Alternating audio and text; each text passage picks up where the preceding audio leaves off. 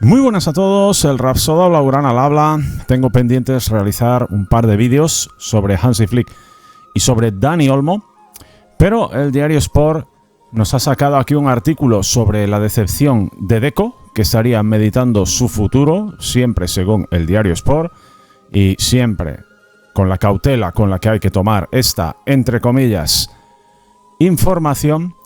Pues creo que es un buen momento para hacer un vídeo como este.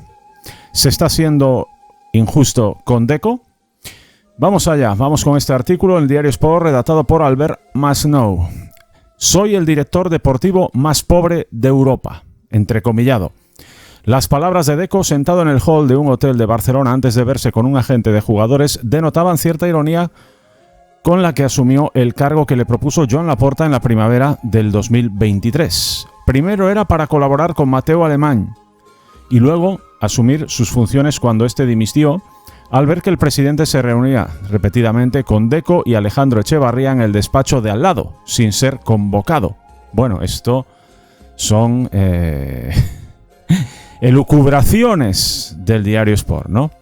Mateu, como Jordi Cruyff, se fue sin hacer ruido, ofendido por este desprecio y cansado de batallar contra un temporal de penurias que arrasaba al Barcelona. Bueno, insisto, esto es la versión que nos cuenta aquí el diario Sport. Yo, ¿qué queréis que diga? No me lo creo, ¿vale? El club tenía que luchar contra el fair play, una situación a la que el club entró tras las primeras decisiones de Laporta, al querer cargar con todas las culpas de la situación económica a Josep María Bartomeu y descartar las ayudas por el COVID. Desde entonces no ha logrado salir de la regla del 1-4, y de eso hace ya 3 años y medio.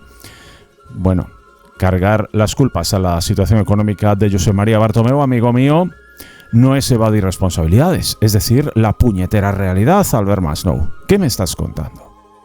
¿Qué me estás contando? ¿Acaso el hecho de que todavía no cumplamos el fair play financiero no es consecuencia de esta herencia de esos contratos que todavía seguimos pagando? ¿O qué coño le estás contando aquí a la gente, Albert Masnou? De verdad, es para mear y no echar gota. Y lógicamente invito al barcelonista a que sea realista, a que no caiga en esta trampa, ¿no? De decir que como ya no está aquí Bartomeu, su herencia ya ha desaparecido, hombre, que ya se fue y con él se han ido todos los problemas. No. No ha sido así. Él se fue y dejó todos los problemas aquí, que es muy diferente. Muy diferente. En su labor de reforzar al equipo, Alemany sudó sangre en su etapa, muchas veces con algún milagro incluido en sus contrataciones, pero al ver que dejaba de contar con la total confianza de Laporta, se fue a descansar a su querida Mallorca, nuevamente elucubraciones del diario Sport. Deco, que llevaba varias semanas en la ciudad condal participando en reuniones sin haber sido anunciado, cogió el testigo, consciente de las dificultades económicas que tenía el club, pero con la promesa de que todo se iba a arreglar. El presidente se lo había asegurado, se lo había prometido. Su frase entre bastidores al poco de ser anunciado, el director deportivo más pobre de Europa, todo esto según el diario Sport, era para ejemplificar que tenía que luchar en desigualdad de condiciones con la competencia directa. Pese a ello, confiaba en el embrujo de Laporta para salir de lo que se pensaba que era un bache. Ah, ¿pensabas que era un bache la herencia que dejó aquí Josep María Bartomeu? ¿Pero en qué mundo vives, Albert Masnou? ¿En qué mundo vives, compañero? Hasta que Laporta consiguiese arreglar la situación económica y regresar a la regla del 1-1, Deco se propuso como primer objetivo no tener un equipo peor que el año pasado. Era su reto. Parecía ridículo teniendo en cuenta el prestigio del Barcelona y de su historia, pero la realidad era la que era. Si tenía que echar a 4 para fichar a 1, no encontraba fórmula para reforzar al equipo. Así que Deco fue prudente, confiando en la palabra del presidente Laporta que iba a solucionar el problema que martirizaba al club. Pasaron los meses y se llegó al mercado de invierno, donde el Barça fichó a Vitor Roque por 30 millones de euros más 31 en variables, una decisión clave que hoy pesa como una losa. Un dispendio del que ahora nadie se quiere hacer responsable. Bueno, ya el tiempo dirá si ha sido un dispendio o no. El tiempo dirá, repito, si ha sido un dispendio o no. Laporta autorizó el gasto, Deco lo validó y Xavi lo aceptó en su grupo. Los integrantes de la comisión deportiva, Masip, Justa, Echeverría y Soler dijeron amén. Al llegar todo cambió con Vitor Roque.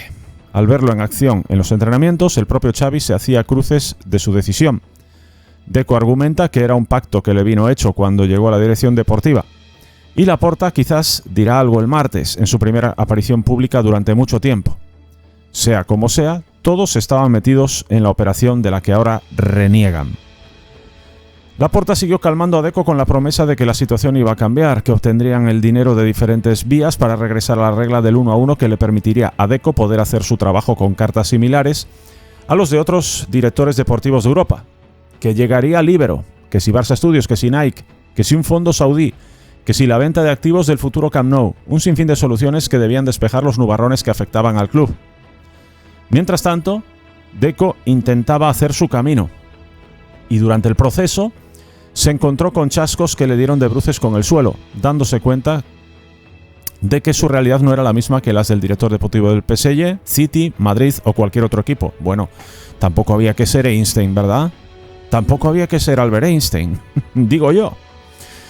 Con Arda Güler tuvo que competir con el Madrid, perdió la batalla porque Florentino puso más dinero.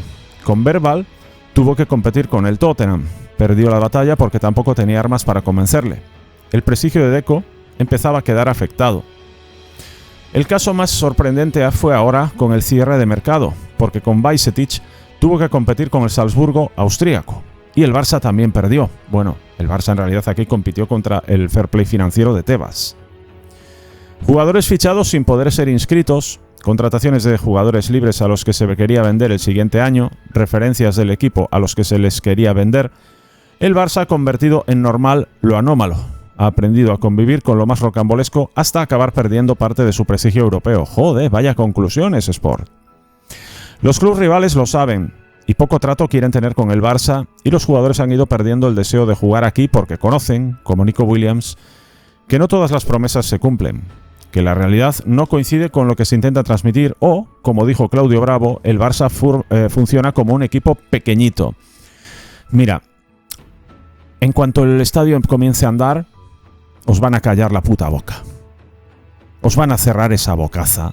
Y tengo unas ganas de verdad enormes, enormes. Y esto no tiene que ver con si esto está influyendo en Deco o no, que evidentemente sí. Pero quiero terminar de leer y después daré mi opinión, así como os pido a vosotros que dejéis la vuestra en la caja de comentarios. El único fichaje que pudo hacer Deco fue el de Dani Olmo, un jugador que le recordaba a él cuando se vestía de corto por su carácter y versatilidad. Logró esta contratación porque encontró la colaboración del jugador y la de su club, el Leipzig, capaz de aceptar casi todos los pagos aplazados que quisiera el Barcelona para evitar que el jugador catalán acabase en el Bayern, máximo rival en Alemania. Bueno, no solo por eso. Dani Olmo no se iba a ir al Bayern. Dani Olmo lleva apretando para venir al Barça desde hace años, chico. Así que no nos cuentes aquí milongas. Deco también se llevó más decepciones por circunstancias de la vida en el capítulo de las salidas. Las ventas tampoco funcionaron como se esperaba, según la planificación diseñada. Araujo, cuyo salario no ha sido actualizado como el club le prometió, podía irse al Bayern, con lo que eliminaría a uno de los muchos centrales que tiene el equipo y se liberaría masa salarial. Pero se lesionó y se frustró la venta. Bueno, ¿esto de quién es culpa? Yo creo que de nadie. De Jong mantiene una pésima relación con Laporta porque siempre ha querido traspasarle. El holandés entiende que el mandatario nunca ha ido de cara por ser un fichaje del antiguo presidente y por no tener un agente amigo. Léase Jorge Méndez o Pini Zahavi. Joder, qué artículo más friendly, ¿no? De Jong no quiere saber nada de lo que viene de los despachos del Barça. Ha cerrado las puertas a todos sus deseos. Deco le ofreció a diferentes clubes europeos, pero De Jong se negó a ser traspasado. Y además, como Araujo, estaba lesionado. ¿Quién quiere a un jugador lesionado que se perdió la Eurocopa por ello? Otros jugadores que Deco quiso traspasar tampoco avanzaron según lo previsto. Ansu, que lo lleva Méndez, se lesionó. Lewandowski no se toca para no colisionar con Pini Zahavi. Rafinha es su ex representado, etc. Se le acababan al Barça las opciones, así que se aprovechó la complicada relación de Gundogan con Flick para hacer espacio salarial para Dani Olmo. ¿Ah, sí? ¿Había una relación complicada de Gundogan con Flick? Me entero ahora, chico. Me entero ahora. Ni dentro del club entienden cómo se había llegado a este punto de regalar al jugador que venía de levantar una Champions. Pues yo lo entiendo perfectamente, ¿eh? De hecho, creo que es la única decisión deportiva que ha tenido un criterio más que evidente. Numerosos jugadores en la posición, liberar una ficha de un futbolista veterano. Por suerte hemos contado con la complicidad de Gundogan. Yo creo que es para que todos estén contentos. Gundogan, el Manchester City y el FC Barcelona, pero más no. El trabajo ha sido arduo para Deco. Una guerra era externa con los otros clubes competidores, con los agentes y con los jugadores, y otra era la interna. Quizás incluso peor que la primera. Los equilibrios que tenía que hacer en la ciudad deportiva complicaban mucho su labor. Que si este jugador no se ficha porque lo lleva un agente amigo, que si hay que incorporar a este jugador del filial porque el presidente es amigo del padre, que si yo quiero a Márquez, que si Belletti, que es amigo, tiene que tener un sitio a costa de lo que sea. Bueno, madre mía, de verdad, esto sí que es pura toxicidad, ¿eh? Qué vergüenza, qué artículo, la Virgen. Tantas opiniones o requisitos han chocado con alguien que no destaca por ser muy diplomático, sino que, tanto en el campo como fuera, es directo y sin embudos. Algo parecido a Luis Enrique. Quizás por eso el asturiano era su primera opción para sustituir a Xavi. La Secretaría Técnica del Barça se ha convertido en un espacio peligroso en el que fluyen muchos intereses. Y Deco se veía obligado a navegar en un mundo hostil, lleno de luces y sombras, de medias palabras y con mucha gente de por medio queriendo apretar y decidir. Te entendía él sin tener experiencia ni conocimientos. Deco, poco amigo de los formalismos porque es de los que le gusta decir las cosas a la cara, se le debía hacer complicado ese día a día en el que fluían los condicionamientos económicos del club con unos colaboradores ansiosos de protagonismo. Joder, qué artículo más largo, tío. La maquinaria interna del Barça ha acabado agotando a Deco, quien, decepcionado con sus limitaciones económicas y porque el presidente no ha podido cumplir las promesas que hizo, se plantea ahora qué hacer con su vida profesional. Deco, que venía del mundo de la representación, ha tenido una experiencia complicada como director deportivo y no tiene clara su continuidad en el Barça. A agentes amigos ha comentado la voluntad de abandonar el cargo, de irse del club porque nunca ha podido actuar con total libertad ni en las condiciones que debe operar un director deportivo de una entidad como la azulgrana. Como hace más de un año, sigue siendo el director deportivo más pobre de Europa y su prestigio se ha visto afectado hasta el punto de acabar siendo trending topic. Deco out. Bueno, es trending topic gracias en muchas ocasiones a los bots y, por qué no decirlo, gracias a la frustración que producen en los aficionados del Barça artículos como este, ¿no? Que son puro optimismo. Todo ello, curiosamente, cuando el equipo, el que debería ser su principal baremo para analizar su trabajo, está que se sale con una racha impresionante de victorias que no se veía desde hacía tiempo. El buen hacer del equipo contrasta con el mal feeling que ha tenido en los últimos meses, siendo significativo el gesto que tuvo en los últimos días de mercado. Se fue a Porto a celebrar su cumpleaños cuando restaban 3 días y no volvió a aparecer. Ahora se va de vacaciones. Esto no lo tengo contrastado, pero evidentemente es un gesto muy a tener en cuenta en caso de ser cierto, no aparecer en esos 3 últimos días. Deco sabía perfectamente a lo que venía. Perfectísimamente. Y es cierto, y tengo que ser completamente honesto, que Deco se ha visto maniatado, completamente maniatado por la situación económica del Barça y sobre todo por la dificultad que tiene el Barça de verse metido de una puñetera vez en la normativa 1-1 de Fair Play. Por supuesto que se ha visto condicionado. Ya sabéis que lo que me gustaba de Deco es ese ojo que tiene con los futbolistas jóvenes. Arda Güler, Andrei Santos, Mika Faye, muchos, ¿no? Mbacké, Noah Darwich, muchos ejemplos. Este brasileño que nunca me acuerdo, el que fichó el Paris Saint-Germain, Moscardo, se llama, perdón. Muchos y muy interesantes. El Barça no ha podido competir, por desgracia, y evidentemente ahí tengo que ser justo con Deco y decir que pues es difícil, ¿no?, competir en estas condiciones. Pero también hay que ser honestos, ¿no? Y en el episodio de salidas decir que podía haber sido bastante mejor. Bastante mejor.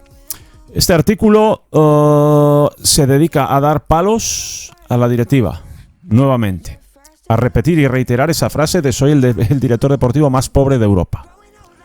Ya veremos cuando ande el estadio y llegue la pasta. Ya veremos. Estamos en unas temporadas clave, sobre todo esta.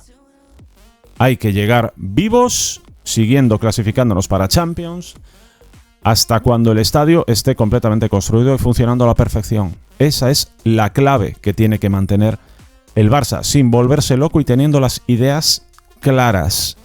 Si un entrenador funciona, si un estilo funciona, no se debe mover, no se debe volver a hacer lo que se hizo con Xavi Hernández. Hay que tener las cosas y los objetivos muy claros, teniendo en cuenta la situación económica del club, y espero que así sea, ¿no?